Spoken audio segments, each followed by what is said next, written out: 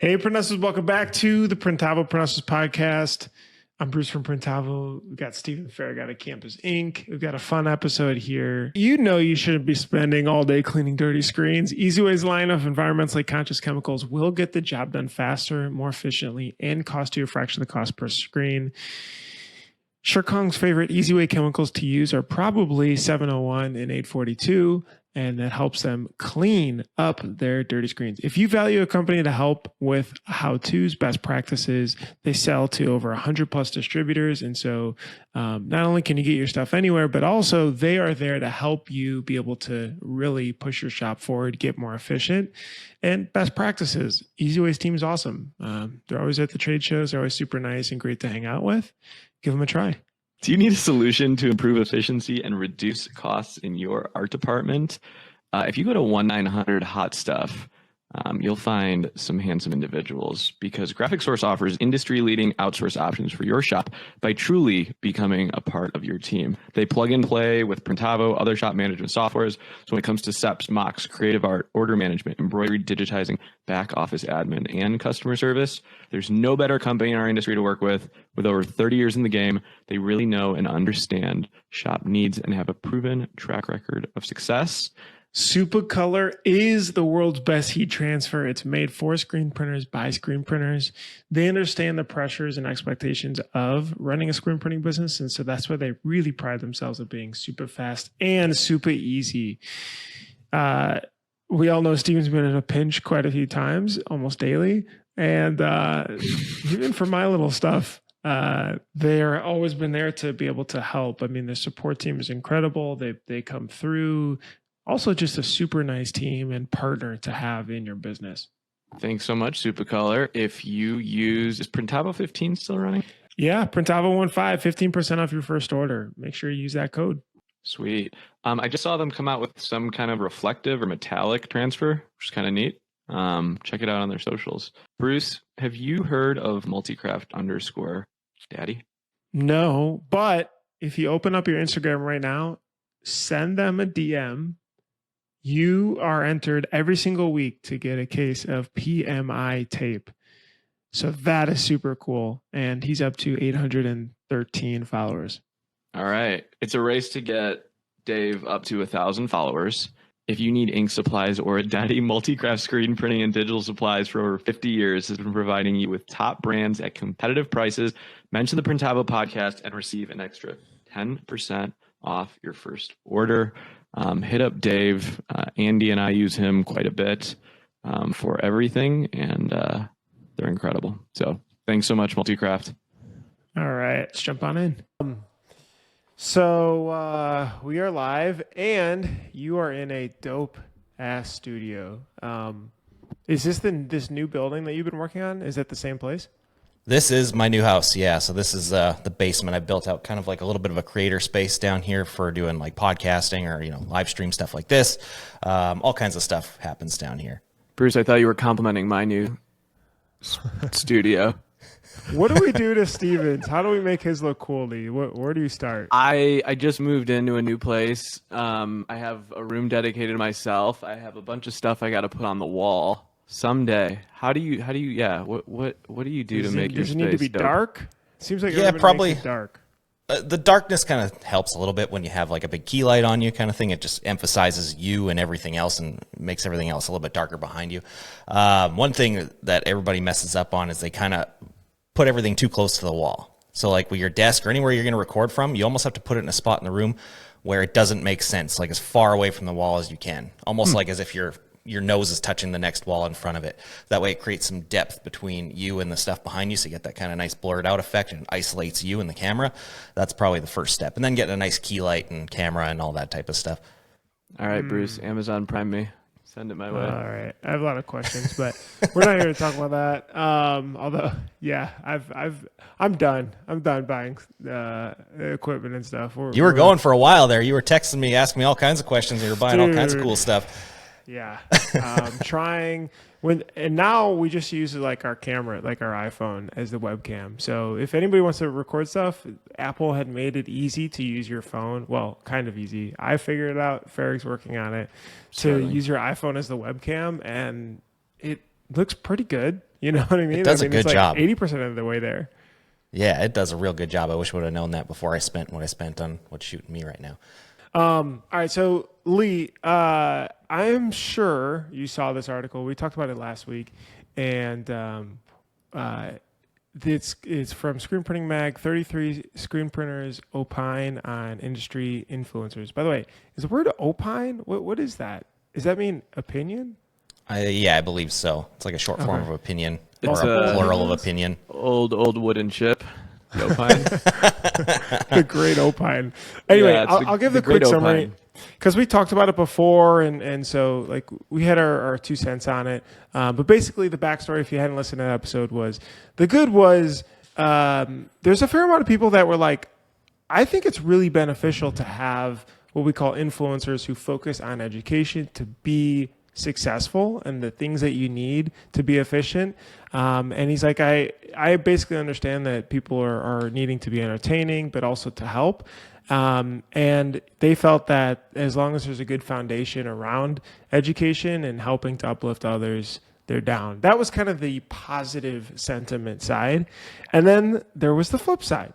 The flip side had, I kind of summarized it really well in this bottom letter, which I'm sure you read, which was by anonymous equipment supplier, which I'm kind of fascinated to know if anyone wants to name names to say who they think this was. I bet it feel would like take- you should have. I feel like they It would should take have the put their three of name us to it. probably 3 or 4 guesses to figure out who did that. It was Yeah, not Brown. that Damn it, Brown. Basically, it was, I believe paid influencers are a joke with a capital J. If you can't actually do it, then you got to become an influencer and pretend that you can do it.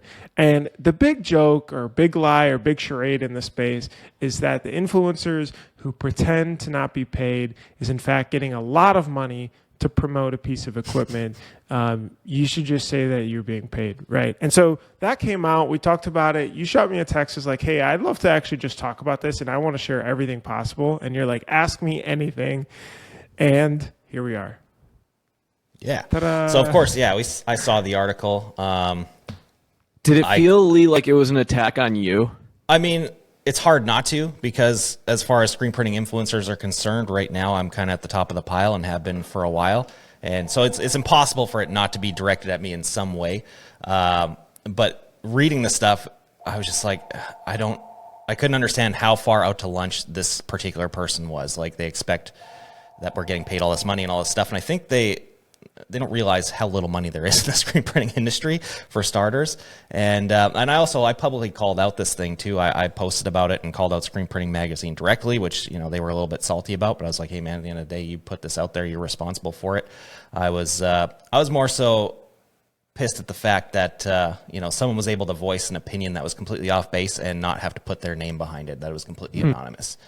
That was, I was not a fan of that. So, writer of the opine, if you're listening to this, Sack come on up. the pod. Come on in. Let's do it. The great opine. Lee, you obviously, like, if people haven't seen your YouTube page, there is a special way that you can create content, and there are very few people in our space that can do it as beautifully as you do. I mean, Thank you. Stuff you put out is wicked, right? You also are a pretty good shit stirrer in the industry, and you're pretty vocal. And for better or for worse, that's you. That's Lee Stuart, right? And I'm just curious, how when you read all that stuff, how does it make you feel? Like, the positive, the good, the bad, screen printing's shittiest, when people, whatever. How do you feel when you read all that stuff? I mean, Screen Printing Shittiest, that's basically my fan page almost. They post about me on a daily basis, it seems like. So good for me. But, that type of stuff, like, I don't know, it kind of sucks to a certain degree, because I've really put an emphasis on myself to be myself, to be, authentic. Like, there's not an act on camera or anything like that. Like you said, I'm kind of a shit stirrer sometimes, and that's because I am who I am. I'm not going to censor or filter myself for anybody, for any sort of a sponsor or anything like that. I used to be a professional writer for, 12 years in the freestyle motocross and freestyle snowmobile thing. I've been through that where I was, I had to act a certain way, look a certain way to collect a paycheck and all that type of stuff. And after I was done, I was like, I'm never fucking doing that again. I'm going to be me, and whoever wants to support what I'm doing has to get on board with that program or they can beat it. And so I've put a lot of effort into making sure that me and my content are authentic. And when people are just so far off base thinking that like this is an act and we're being paid to say this or that kind of thing, that's when I'm like, that kind of sucks sometimes, because that's clearly not the case. And I mean, you can look back at some of my videos and see that. Like, let's put RoundNet, for example. RoundNet is by far my biggest supporter and have been since day one.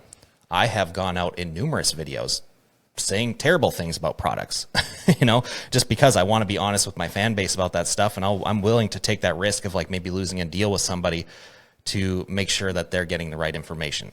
Have you gotten stuff and tried it and been like, I just can't share this because this sucks? Not yet. I mean, like the most recent ones were when I was building this new shop up. So I guess to a certain degree, yeah, like I had, a fully custom built one-of-one manual press made for me by RoundNet. And it was beautiful. Still, it's the most beautiful press I've ever seen in my life. It's so nice. And once we got down to actually working with it, we found some huge flaws that made that thing literally unusable. And I had to sit on that for months and like, what do I do about this? Because I'm like, this could be pivotal here to either my audience. If I hide this and don't talk about it, then I'm kind of a bullshitter. Or if I do say it, then RoundNet could get upset and, cut me from the team or whatever the hell. And I was so torn on what to do. And I eventually decided to, I'm just going to lay it on the line. This is what happened with this thing. I told everybody why it's not being used and what went wrong with it.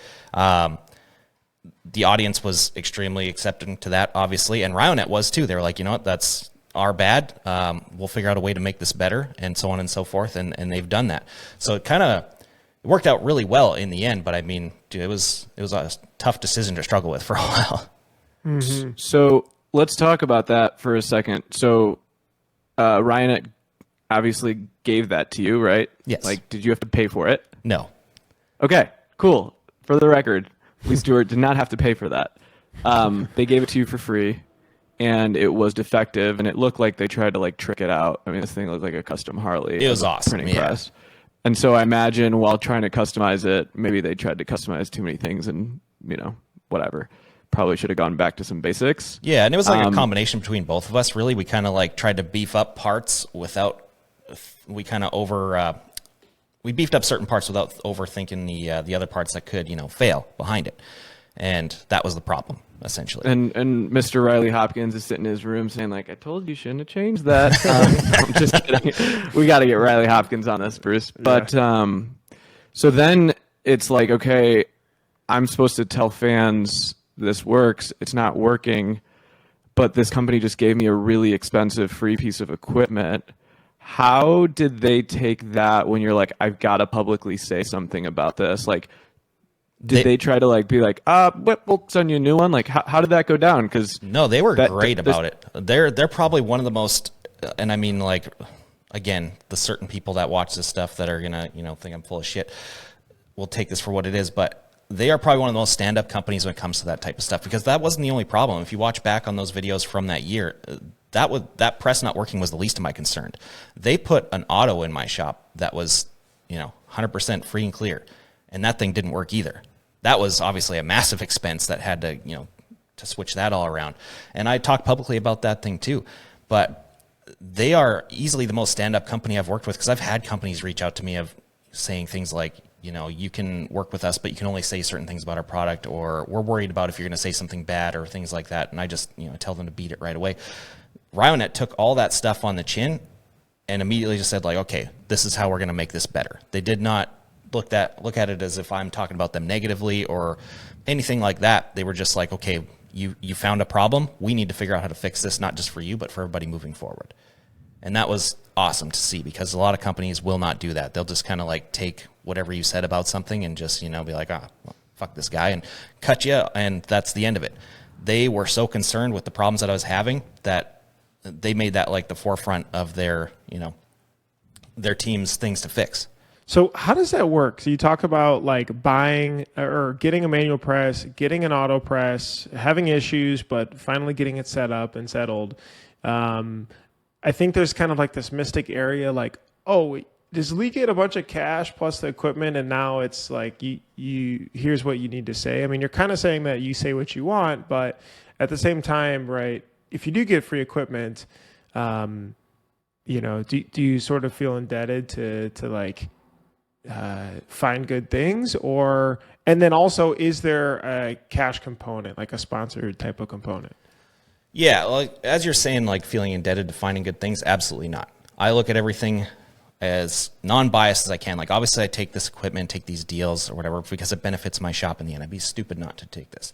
But however, when I work with any of these companies, I tell them right off the bat, line number one in contracts, I reserve the right to say whatever I want to say, find whatever problems I want to find, and that's it. There's no, you don't get to have any input on my videos. You don't get to have any input on what I have to say. Those are the first two things. If people don't like that, they're gone. But yeah, like it's hard to quantify some of this stuff sometimes. It's because there's so many of it. But like we don't get paid what people think we get paid. That's number one, because a lot of this equipment, like you guys know, it costs a lot of money. It's not cheap. Like if someone puts an auto in your shop, do you expect them to pay you on top of that? No, because it's a 6-figure machine. It's crazy. Right. And the industry just doesn't have that kind of money. Even putting a manual in your shop, do you expect to get paid for that? Probably not, because even an entry-level manual, you're looking at what, like $8,000, $10,000? Like you take that as your payment. I can't speak for everybody, of course, because there are numerous other influencers in the industry, but for myself, I kind of factor in the cost of the equipment versus what that company is getting in return. So if it's a cheaper piece of equipment, yes, there might be some monetary value on top of that to make it worth my while in the end, because I've spent all this time building this audience and it does have a huge impact. Let's, I won't name names, but let's say for instance, this is the kind of money that this stuff can generate for a company. It's kind of crazy. One company sent me a piece of equipment. It was worth about, I think that's worth about $2,200, $2,000, somewhere in that range. I made 2 videos with it. They both got not crazy views, but they both got around like 100,000 views. So it's not like a viral video or anything, but I mean like it's a lot. It's decent. Yeah, Yeah. I mean, you can't get those looks even at a trade show. Like 100,000 eyeballs, you know. I definitely want to touch on that later. And anyway, so between the 2 videos, about 200,000 views, and they sold. Not shitting you, because we have a transparency type of thing on the back end, because we do get, one way we do get paid is through affiliate stuff. So some deals come with affiliate stuff, some don't. This in particular one did, where it's got a back end thing. And an affiliate, just so everyone knows, is a link on your website or your video. And if the conversion goes through that link and checks out, there's a direct track. Exactly. Literally. So like it's the most direct way to track a sale. Yeah, and that's the most common way that we would get paid. It's not common now. That's something that honestly I've kind of pioneered for us influencers with companies, because I saw it in every other industry and it wasn't happening here. So I've kind of pushed a lot of companies into doing it, into pushing them into, you know, affiliate sale platforms. Anyways, so we did these 2 videos, 200,000 views, and through the back end, seeing how much I can see the sales that they're doing off of those 2 videos alone, they did just shy of $400,000 in sales for a $2,000 piece of equipment. That's the kind of power that this stuff has. Right. It's unbelievable. So for something like that, I straight up, yes, I took the piece of equipment, and instead of getting paid up front, that was actually the first one where we kind of worked out this affiliate structure. And I was like, for some reason, I was like, I feel like this is going to do well. Because I'd already tried the piece of equipment. I liked it. I liked everything about it. It was awesome. I found 0 flaws with it, and was just like, all right, let's set up an affiliate thing, see if this works out. And sure enough, it worked out quite well. And that's how I got paid for it. Are you able to make more now from making videos, promoting different products you like and things, instead of, because you talk about running a shop too, like the split, are you able to, I guess, call it, be full-time on being an affiliate and influencer? If I wanted to, I could absolutely do full-time. But that's where people are very confused, thinking that that's where the money comes from. It's not even close. The shop is where the money comes from. It's like 20 to 1 difference. The shop is killing it, because one thing that people don't realize about this stuff is like they think we're just influencing to other printers and that type of thing.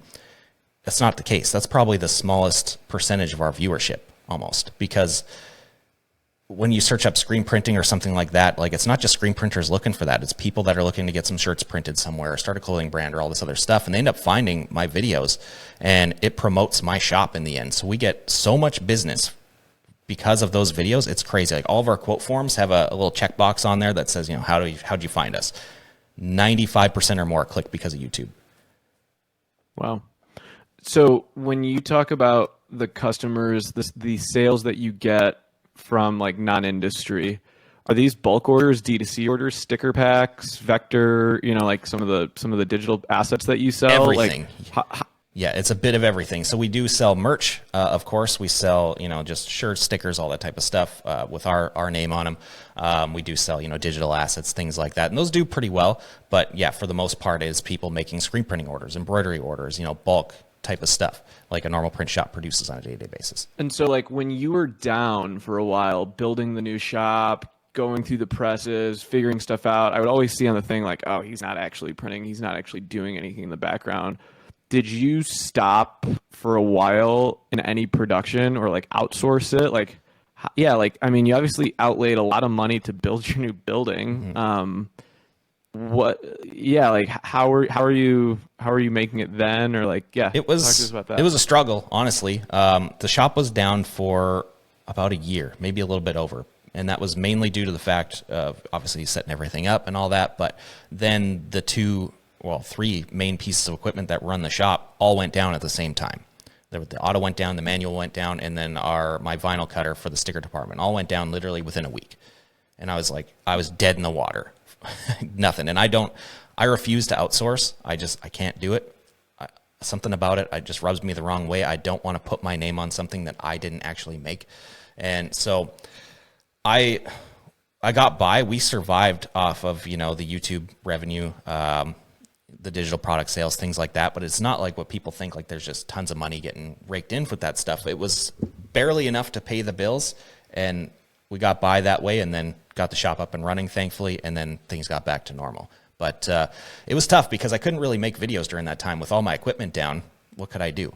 You know, if I was able to make normal videos, we would have done fine. If I was able to make a video every week or whatever, because the shop wasn't down, we would have been just fine, no problems at all. But with all my equipment down, how's a screen printer make a screen printing video?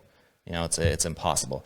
So I couldn't really do anything, and it was a tough year, I'll tell you that. But we got through it, and thankfully we have all those extra revenue streams, like, you know, the digital product stuff, the affiliate stuff, because that stuff all kind of just collected money passively in the background, was enough to keep us afloat. All right, real quick, I got to tell you something. This is really interesting, and here's why.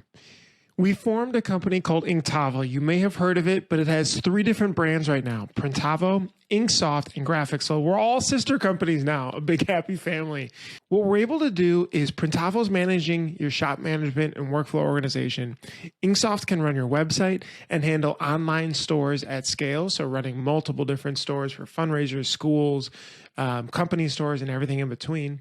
And Graphics Flow is a brand new product to be able to help reduce all the back and forth with art. So it has a huge art library that you can put on your website so customers can see and pluck what they want. Plus, you can also be able to collect different ideas and send them to customers to approve as well. Really, really cool. Plus, in-app editing. It's like Canva, but specifically for shops. All right, check it out. All those brands are on Printavo.com. That's Printavo.com. All right, thanks. That's sharp. I actually think that's a good idea. I mean, just diversifying, and I mean, it's kind of passive income, right? Like once you build the asset, you're reselling. It's like classes, or you talk about the digital stuff, or it's pretty smart. You must get a lot of inbound though, right? Of inquiries about, hey, I want to start a brand. I want to do this or that for orders. Yeah, tons. Absolutely tons. That's the most common one, is people want to start brands, clothing brands, things like that. They're the ones that generally find me on YouTube the most. And I think it's because of the fact that when they're looking up how to print shirts or how to screen print or things like that, right, it's impossible not to find me at this point. And I think that's why it comes in. They're like, oh, this guy's, you know, pretty good at what he does. He seems to really care about the quality, whatever it is that draws them to me, and they end up sending in a quote form, and 9 times out of 10 we make their stuff. Do you have like a team that handles that, or do you handle that? It's all me right now for the most part. Like it went from being just me for a very long time. Now there's 4 of us, and about to be 5. I'm hiring again right now. So it's grown significantly, especially in the last year since I was able to start the shop back up. It was almost overnight, man. Going from zero work at all, and we lost a ton of clients because we were down for so long. We went from that to like a 300% increase in business within 2 months. It was absolutely bonkers. Just from opening the doors. Just from opening the doors, having an auto, faster turnaround times, more capabilities, more equipment, things like that. It was absolutely crazy, and it's growing like that almost every month, it seems. So, like, Lee, I'm hearing part of your daily role is to now run a print shop, and then there's this other side that's continuing to be an influencer and serving the audience that you've built, right? Because I think you quickly brushed over having 100,000 views. It's hard to find anyone else in our industry that can capture the same audience. Yeah, and I mean, I don't know, Bruce, if you know any or no, and I think what's undervalued in the whole influencer, but also just video in general, video and audio more so now, but more focus on video, is just the reach that it gets. I mean, again, if you compare and you think about like your business and where would you put $1 of marketing into to be able to get the most eyeballs or most clicks or most buys, whatever you're trying to drive the conversion of, you can't get 100,000 going through an email newsletter plus a trade show, plus, ads combined. Like, there's just not that, everybody's too sparse. There's not like some shops are on Instagram, some shops are on Facebook, some shops aren't on the internet really at all. So it's pretty powerful. Well, when you think about it, like most people in the industry, most companies are putting their money into things like trade shows. So let's say like Impressions Expo and like Printing Unite are the two big ones, right? And they do, between the two of them, what is it, like 4 or 5 shows a year, something like that. What's the biggest one? I think it's Long Beach, I believe. Mm-hmm. Mm-hmm. And that gets roughly 15, 20,000 people through the door, something like that. So let's say it's 50,000 people through the door at every single one of them.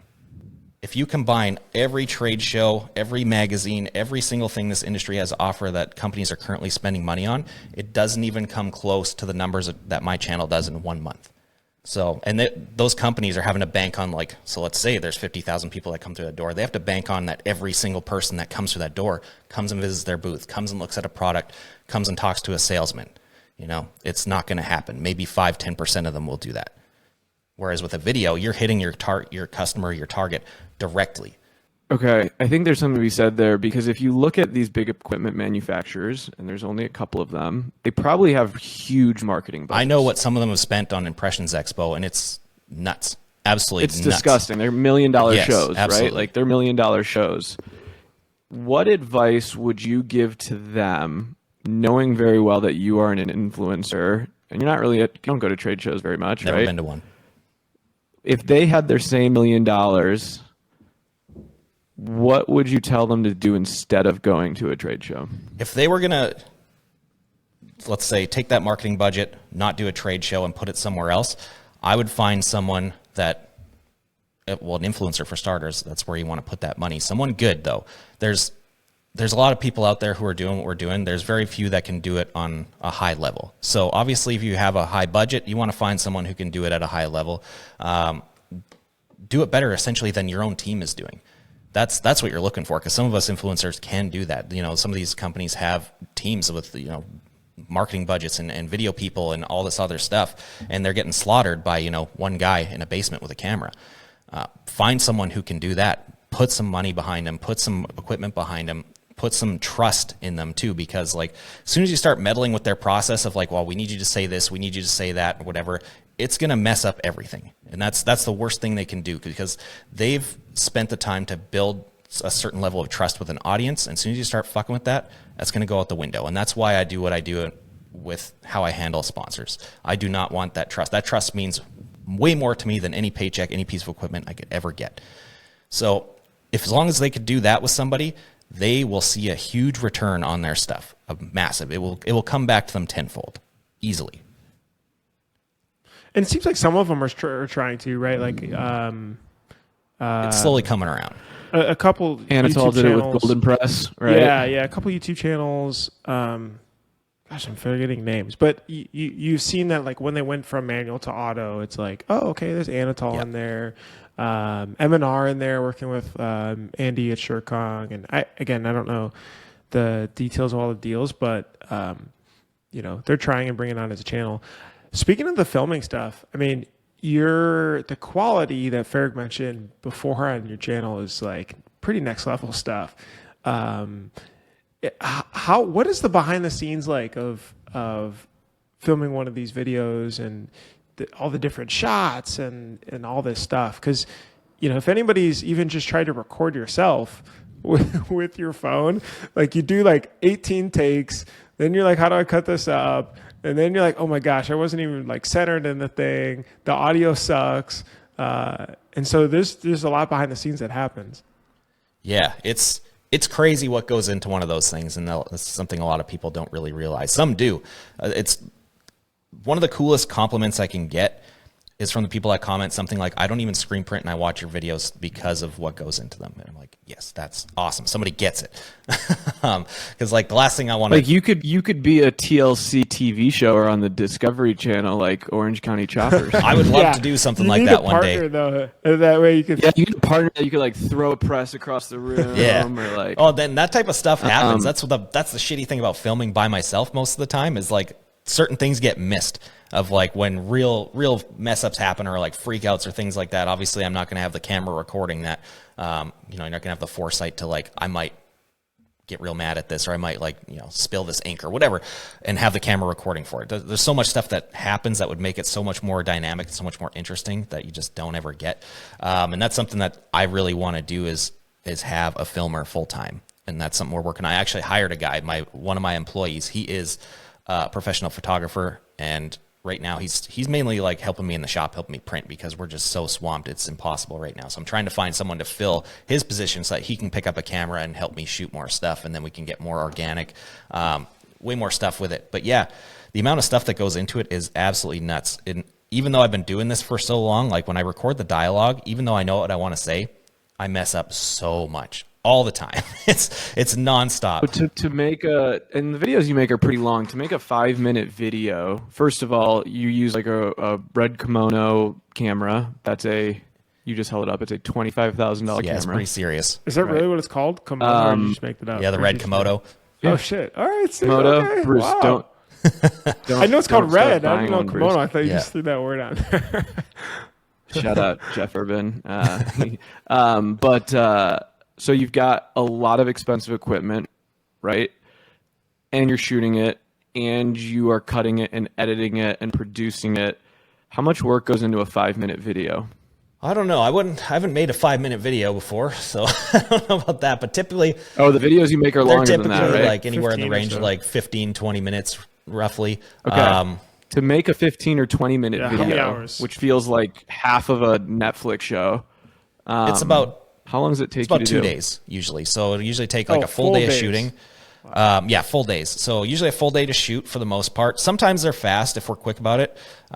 Let's say like if I'm shooting like a product review or something like that, those usually take a little bit longer because I want to make sure I have everything I need. If I'm shooting like just a general shop vlog or something like that, those are definitely a lot faster because I'm kind of just winging it. I'm doing everything on the fly. That's when like anyone who's been in my shop and seen me film a video, it's like I don't know. They describe it as like I just get in this zone and it's like a weird frantic thing because I just run around shooting B-roll like at 100 miles an hour and just get all the shots I need. And they're like, are you sure you got everything you need for that? And I'm just like, yeah, don't worry about it. And then I come back and there's like 100 usable shots because I've just done this so many times. But so yeah, sometimes like a full day to shoot, let's say around 8 to 10 hours. And then the editing is that's where the serious time gets put in. I'd say on average for an edit, 10 hours. I've had edits go all the way up to 30 plus hours before. The editing is where the magic really happens. Like the more you can put into the editing side, the better it gets. Like you could be the best filmer in the world and it won't mean nothing if you don't have good editing going on. How much have you spent on all that? It's interesting. Equipment? Oh, yeah. On equipment? Well over 6 figures. Well over. So, Lee, now you have now TikTok's around and you have influencers behind their iPhones. That has probably changed the landscape because before that it was really guys that could make really good high quality stuff like yourself. Now you can have a 19-year-old really good at TikTok become an influencer. How has that changed, or what's your perspective on that? I mean, I don't really do the TikTok stuff because I can't. I'm set in my ways. with how I like to do things, with, you know, really planning stuff out, having quality, having all this stuff. So I've never really dabbled in the TikTok thing, or I've done a little bit of real stuff on Instagram, but still, even those are very highly produced, highly edited. It's crazy though, like the fact that someone can just pick up their phone and start producing stuff and build like a sizable following. It's pretty awesome. However, I've seen people do it in the screen printing space, because I basically follow everybody that's doing it in there, and like they've built followings bigger than mine on YouTube, but they're not getting the return for it. And that's the big problem with TikTok, because that stuff is like one and done. People forget about you real fast. You're not building community, or you're not building like, you know, any sort of relationship with those type of people. They just What do you mean click the like, click return? follow, and they Interesting. as in like, well, monetary ad value dollars? for starter, because there's no ad dollars on TikTok whatsoever, really. Sponsorship money. The industry is just starting to come around to YouTube, so like they're not going to come around to TikTok for a long time. Things like that. And of course, like just generally bringing people into your shop too, because most people on TikTok are younger people. They don't have money to spend on like ordering a couple hundred shirts or whatever, things like that. They can order one shirt maybe. So not seeing a return really on any front with that stuff. Whereas with YouTube, like my audience, the biggest chunk of it is men in the ages of like 25 to 45. They have money to spend, they have businesses, they have things like that. So we see a return on monetary value for, as in bringing in clients in the shop, selling merch, and of course for my sponsors, because these are like screen printing shop owners or screen printing shop employees, things like that can bring equipment in and sell stuff for people. And so like as you were building this, right? Because I think what frustrates me is when I see, you know, you get some hate mail for being a jackass sometimes, fine, warranted, whatever.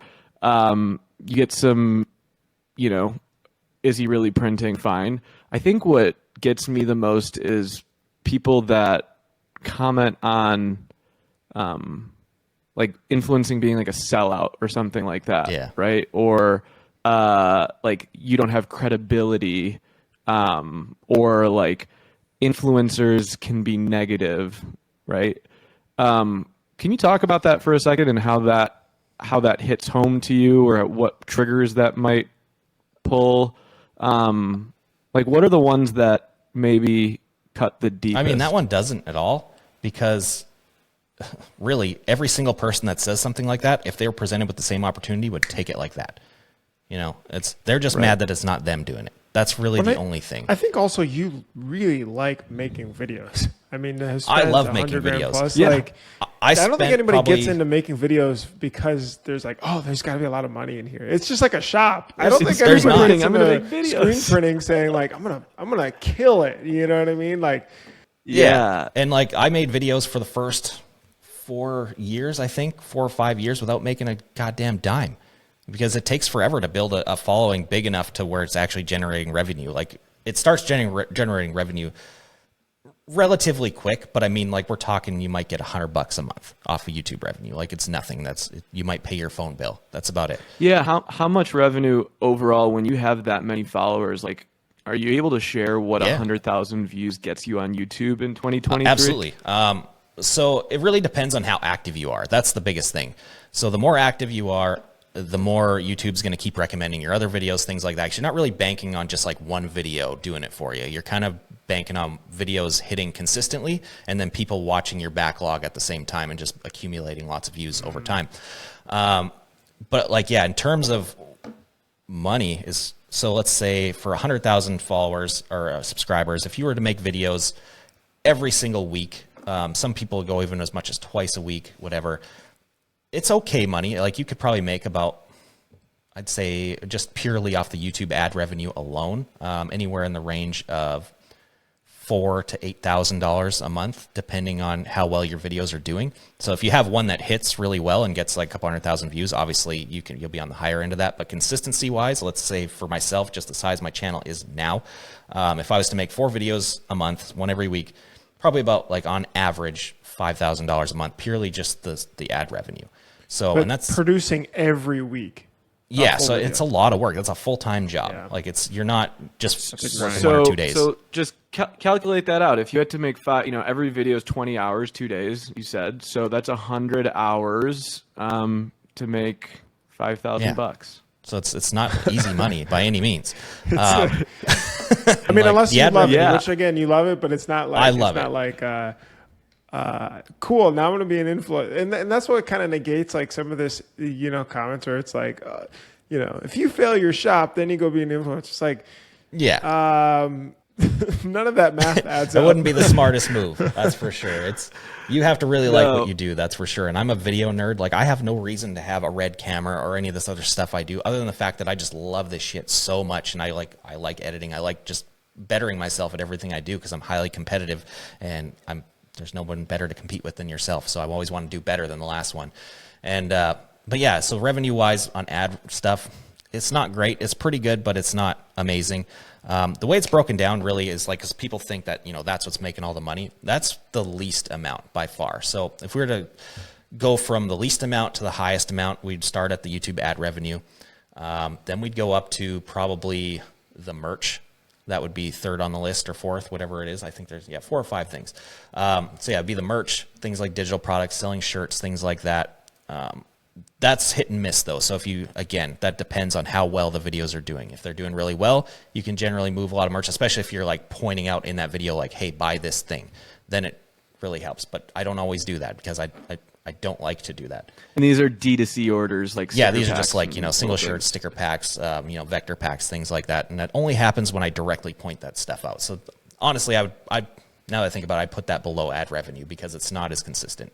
So you got that, and then you got the affiliate sales. Of course, does really well. I'd say that's next on the list. Sponsorship dollars, that kind of comes and goes. So that would probably a tie with the affiliate stuff. Some stuff is sponsored, which is funny because it's never sponsored by industry companies. That's the thing, almost never. Yeah, you do like the courses like website. Yeah, so like Skillshare, things like that. Skillshare, yeah. That's the type of stuff that are advertising my videos. It's almost never industry. I've never had a paid industry sponsor to this day. Not a single one.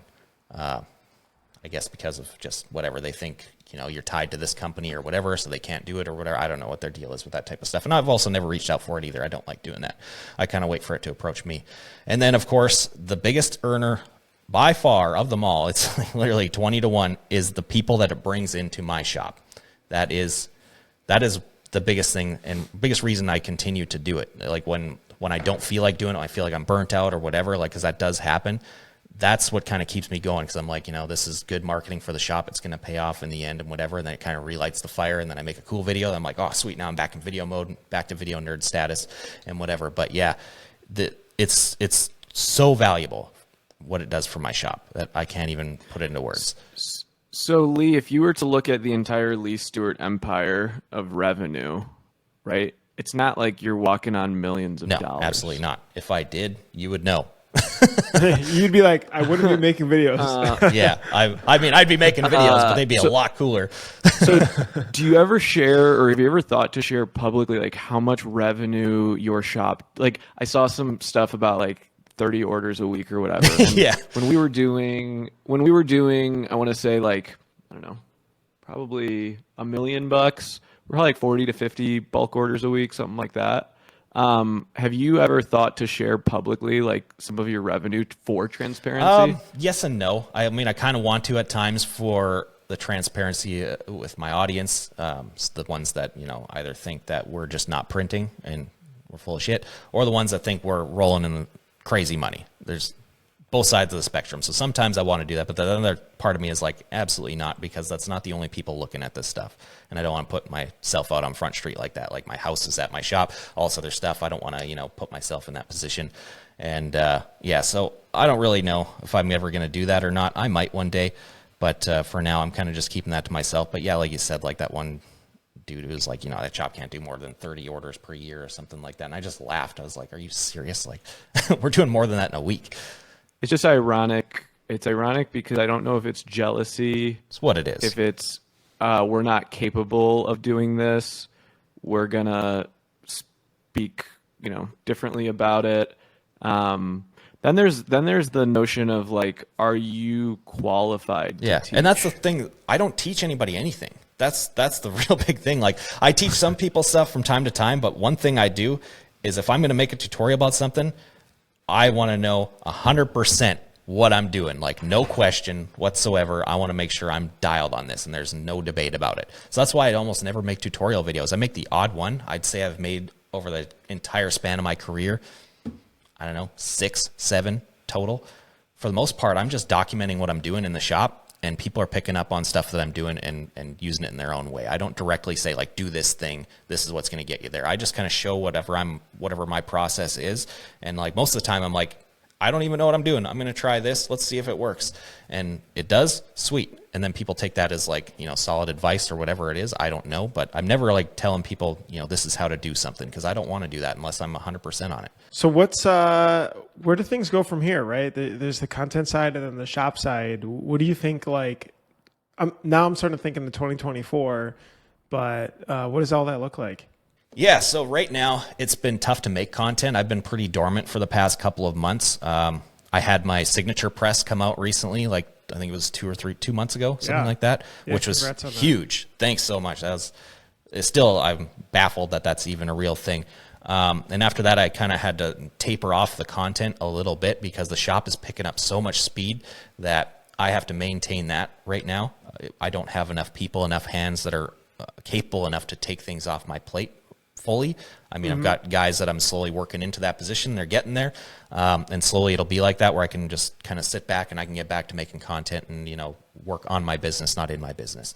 And that's what I'm working on right now. That's kind of the goal for this year, is to get that happening. And then that I can get back to making content full time. I have currently, I think, 8 videos shot and another 2 to shoot this week, and I haven't had time to edit a single one because I'm constantly emailing, working in the shop, whatever. We're in the middle of a rush order apocalypse apparently, and every single big client I have needs something in 3 days, and so I've been struggling with that. But that's the biggest thing on my list. And then also we're expanding. This shop was never meant to be permanent. This was always supposed to be temporary. So the next move is building a bigger, better shop, something that's my vision for what I've always thought this was going to be. So I want to build one of the coolest spectacle type of print shops you've ever seen, and also build it into like for you. Well, you just finished this one. I did, and we outgrew it before we even started. That's the craziest thing. Like within a couple of weeks, it was like, holy shit, we need so much more space. Do you wait until you have the cash to do it and then splurge on it, or do you find? Yeah, I mean, we finance some stuff. Like obviously, I'm not going to go pay cash on $1 million building or anything like that because I can't do that. But for the most part, yeah, I like to just pay for stuff. I don't really take business loans. I've never taken a business loan, honestly, until this day. I don't have investors or anything like that. It's just me and doing what I do. Of course, sponsors help out along the way with the equipment, things like that, and that alleviates a lot of pressure off of me. Hey, don't shit on Mark Cuban. Absolutely not. Mark, just kidding. Hook it up. Mark, if you're listening to this, you're not listening to this. I'm just kidding. But, okay, can we talk a little bit about your candor with the industry? Why you have the choice? Obviously, you're pretty famous, right, in our space and online.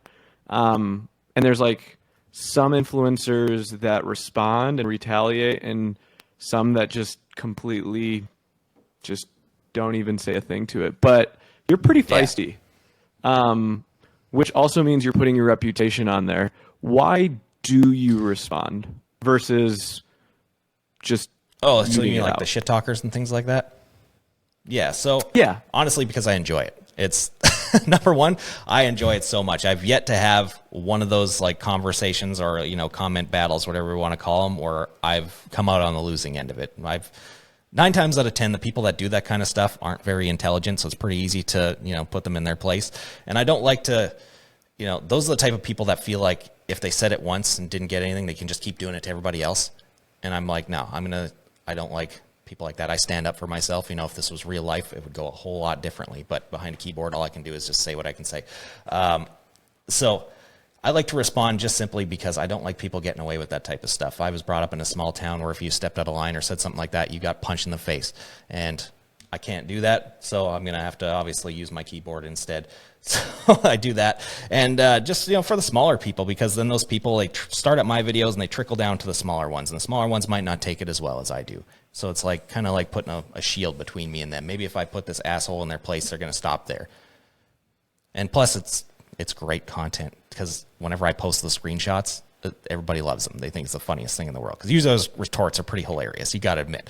Where are these? Are these on like your Instagram or where are these posted? I mean, you just respond. Like Every single one of them, I'll just get into it. I'm happy to do it. Like my girlfriend will sit there and she knows exactly what I'm doing when it's happening because I'm just sitting there. Yeah, she'll be sitting beside me and I just get this like, you know, maniacal giggle going on and she's like, you're responding to comments right now, aren't you? I'm like, yep. Do any of them, you read everything, do any of them actually get to you and hurt? No, never. Not once. The only one that kind of like, it didn't really hurt, but it was like, you know, kind of sucked a little bit was that one that you're talking about. And I'm going to straight up say the name. I don't know. You might have to beat me up, but it was that shirt agency dude that called me out on the thing. Before I started screen printing, I watched nothing but screen printing content every day for like a year. Like Ryan Moore was on my TV every single day and like every other video I could find. And I remember finding this guy in other videos and he did some stuff like Ryonet and Bella Canvas, things like that. And I was like, oh, this guy's got a really cool shop and whatever. And really respected what he was doing. I followed along for years and thought it was really awesome. And then to see that comment come out of nowhere, unprovoked, I've never talked to this person in my life. I was like, oh, that kind of fucking sucks. And then of course, you know, that lasted for about 5 seconds. Then my brain switched into attack mode and did what it did and whatever. But they almost, you can't let it affect you. Especially at my level, like I said, happens literally every single day. Like we've talked about Facebook groups that do this literally all day, every day. I'm one of the most popular topics in there. If it got to me, I wouldn't be able to do what I do. You know, it would affect me mentally. It'd affect my work. It'd affect all this stuff. So you have to like just take that stuff for what it is and just like let it go and continue moving. I use it personally as fuel for the fire. The more they're talking, the more motivated, the more driven I get because I'm just like, you know what, if they hate me now because I'm doing this well, just wait until a year from now. I don't like it when in the Printavo Facebook group, people bash me and Bruce. Yeah. And they just say, we're like, yeah, I just saw one and I was just like, damn, that kind of hurt. You know the interesting thing though I find is like the keyboard side versus like seeing people in person in trade shows or calling is so 180. It's like people like, and I find people are just genuinely very nice, and maybe it's just like the group mentality of like the internet, but when I do chat, it's like oh yeah, I mean I'd hang out with you like why. Like you just text me or, you know, or reach out. Yeah. Or... It's so funny at trade shows, Bruce, because I'll see the warriors in the Facebook groups. And then when they come see you and they like get the Bruce glow and they're like, oh, hey. And you're like, I fucking saw your comment, but I'm still going to be nice to you. And then they just like flip, right? Lee, have you ever, you don't go to shows, conferences. Yeah. When are, do you think you would have like need security out back? Absolutely not. I mean, yeah, like you said, 99.9% of those people that say this stuff are never going to say that to your face. Not a chance. They're not even going to like give you any kind of attitude. They'll be like, oh, hey, how's it going? Or whatever. Because they're not those type of people. The type of people who are like the real tough guys that would do something in real life don't talk about it on the internet. So the people that are talking about it 9 times out of 10 ain't going to do shit. So yeah, trade shows and stuff, I would not be worried whatsoever while I was there. And one day I'll start making it to them. Oh, okay. But yeah, like I'd like to a lot. Just right now, it's, you know, like I said, I'm stuck. I'm working in my business, not on my business. So it's hard for me to step away currently just because I don't have anyone who can take my place. I'm the printer right now, and there's nobody else that can fulfill that role. And you know, I'm kind of stuck currently. But once I can get that sorted out, I want to start doing more stuff like that because I want to get to these places and meet, you know, fans of the channel, meet some of the people I've worked with for years that I've never met in real life, some of my sponsors and things like that, like Ryonet. Been working with them for 4 years. Never met a single person there in real life. It's absurd. So eventually I'd like to start getting out and meeting people, things like that. But yeah, I got to make sure, you know, the business can run without me. That's my big concern. I think you should come to them because I think you're going to see people. It's pretty cool to see Ryan at a trade show and just kind of watch and see like people that come up and just like thank him. Like, it's so cool. You know, it'll happen with Bruce a bunch. But we need more of those moments because I think I was kind of just doing a little, you know, digging beforehand, and I just started reading your YouTube comments, and like people just are so grateful. Like, I'm curious to know if you think about all the positive comments you've gotten or help businesses you've started, like, can you quantify how many people you've helped jumpstart their printing business? Not even a little bit. Like it's crazy to see, because one thing that I make sure to do is I respond to like every single comment that comes in. I don't want to be one of those influencers that just all these people like pouring out, affection for someone in the comments and they don't respond to it. They don't even read it, because that's like 90% of YouTubers. And I'll go and watch like a channel and I'll see all these people leaving this positive stuff and they just like ignore it all. And I'm like, well, that kind of sucks. So I always make sure to take the time for everybody. And yeah, I read every single one of those comments, and I don't even know, like 6 figures number of people that have gotten something out of one of those videos where they've like said, thank you, you've helped me with this, or you've helped me get into the print business, or whatever it is. It's a massive number, and it's the coolest thing ever. That's better than the payments half the time, really. Like when you get that feeling that like you really helped someone, or wherever they tell you a story, like, I was here and then I watched this and this and now I'm here. That's the coolest thing in the world. That's amazing. And now I'm starting to get that with the people, buying my signature press, because I have one-on-one meetings with everybody. It comes with part of the package, right? Where I do a one-on-one coaching thing on how they can, better use that press or whatever, because it's mostly people who are just starting businesses getting it. So I try and jumpstart them a little bit, and I get to see the direct reaction, direct response with those, and it is the best feeling ever. So like, I can't imagine how Ryan feels when he goes to a trade show, because like everybody has watched him do something at some point. Him it's helped their or journey, Catspay, and like me included. I haven't seen him, but yeah, the two of them are legends. They paved the way for people crazy. like me. Without them, we don't exist. And both of them have helped me in such huge ways. It's funny. Early on in Printavo, Bruce and I co-authored a book. Oh yeah, It's a gem. And then we like brought it to trade shows, right? And that was Printavo's marketing. And our best friend Adam actually like ghost wrote it, because Bruce and I can't write for shit. And it's an interesting edition, V1. But like people would come up and be like, "Can you guys sign this?" And I think it was my wife or Bruce, like, or such, like, did they just ask you to freaking sign that book? Like, and you're just like, yeah, I don't know. Like they said that helped them. I don't freaking know. But there is something to be like rewarded. Like it is a very rewarding feeling to pay it forward or to help people out, even in the slightest way. And I think like people listening to this should recognize the value of that, Lee Stuart is much more than a screen printer and a video guy, right? The same way that Ryan has helped countless individuals start companies. And I think a lot of companies can use that. Other equipment manufacturers in the Opine can maybe look at that and say like, maybe there's a trend there. Well, yeah, like look back at Ryanette's. They're the best example of this. Is that business got to where it is because of what Ryan did on YouTube, hands down.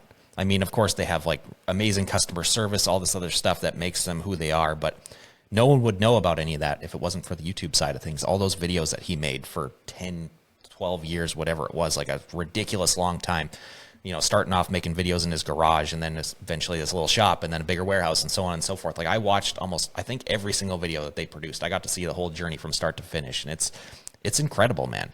And it's so powerful that what this stuff can do. And that was pre-influencer days. Like, so imagine nowadays what it could do. I appreciate you coming on, Lee. I think this is pretty insightful. My conclusion is just, I think it's awesome when people, it could be content, it could be equipment, engineering, running a business, just are pushing the limits by doing something out of the norm, and are able to like do that, but for a long period of time to really change the space. Because I think when you fast forward years ahead and you look back, and it'll be like, wow, that was helpful. That put us in a new category, whether it was liked or not liked. And honestly, I think the majority of your stuff is liked. I just think that there's like a couple, folks where we tend to like emphasize the negativity more, because it just sticks more. It's just like news and headlines and everything. But anyway, I do appreciate you pushing the space forward and making the content and just like being transparent here as well with all this. Absolutely, yeah. And as we all know with this industry, there's no one right way to do anything. And that's really the key thing to think about here. So There's going to be influencers that do things one way, things that do another. And they're going to find the right audience that's going to like what this person's doing, like what that person's doing, and whatever. And it's the same way in all the other shops around the world that aren't doing this type of stuff. We're just putting it out there in the forefront for people to see. That's the big difference. Look, Print Hustlers, we appreciate you for joining on another episode. We are dropping things every week, or as many every week as we possibly can. We'll see you on the next one. Thanks so much for listening. Hopefully that was informative. Don't forget to subscribe. Don't forget to like. Don't forget to hit the bell for notifications if you enjoyed this video. If you enjoy all the stuff we're putting out, it's really helpful. We love to just be able to see it. That means that we're doing a good job. To subscribe, hit the bell for notifications, and hit the like button. And I'll see you in the next episode. Bye.